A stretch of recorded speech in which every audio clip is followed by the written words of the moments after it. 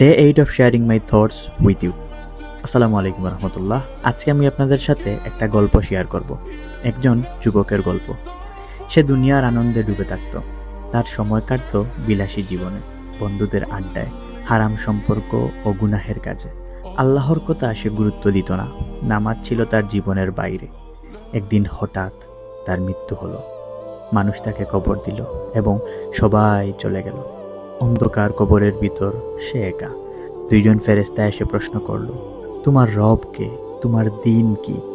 কিন্তু যুবক কিছুতেই বলতে পারল না, কারণ দুনিয়ায় সে আল্লাহকে চিনতে পারেনি, দিনকে গুরুত্ব দেয়নি।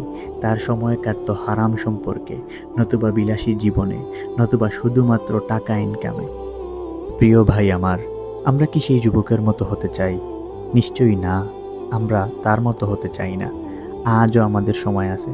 নামাজে আমাদেরকে ফিরে আসা লাগবে, হারাম থেকে দূরে থাকা লাগবে, আল্লাহকে সবচেয়ে বেশি ভালোবাসা লাগবে। আল্লাহ যেন আমাদের সবাইকে বুঝার তৌফিক দান করেন এবং মৃত্যুর আগে আমরা যেন তাওবা করতে পারি, মৃত্যুর আগে যেন আমরা বুঝতে পারি আমাদের রব আল্লাহ সুবহানাহু ওয়া তাআলা।